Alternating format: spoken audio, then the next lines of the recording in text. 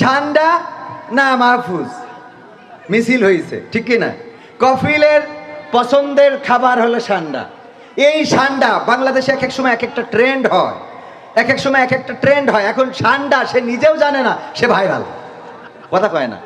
সান্ডা যদি নিজে জানতো সে ভাইরাল, তাইলে আজকে আমেরিকান ডলার কামাইতো হাজার হাজার, সেলফি তুলে ছেড়ে দিত, পরিবার নিয়ে আসতো ঠিক কি না? কারণ ওই যে তরমুজ, যেই বুঝে যায় যে তরমুজ রসমালাই রসমালাই, যখনই বুঝে যায় ভাইরাল হয়, পরে হিরো আলম তারে ফেমাস বানাইছে কারা? প্রিন্স মামুন, লাইলা, সব আমরা ফেমাস বানাইলাম। এখন মানুষ বাদ দিয়ে সান্ডারে ফেমাস করি, কথা কয় না।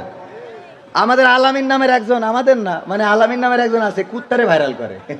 কিরে ভাইরাল করে?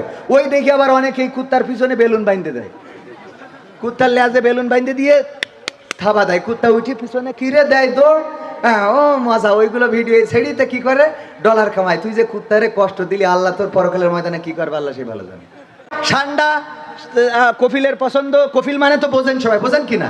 কফিল মানে হলো সৌদি আরবে বসকে কফিল ডাকে, তো এই জন্য কফিলের পছন্দ সান্ডা। সান্ডা খাওয়ার ব্যাপারেও যদি আমার কাছে জিজ্ঞাসা করেন, ফতোয়া হলো সান্ডা খাওয়া জায়েজ, তবে বিশ্বনবী সাল্লাল্লাহু আলাইহি সাল্লাম খান নাই, সাহাবীরা খেয়েছেন, সাহাবী রাদিয়াল্লাহু তাআলা আনহুরা অনেকেই খেয়েছেন।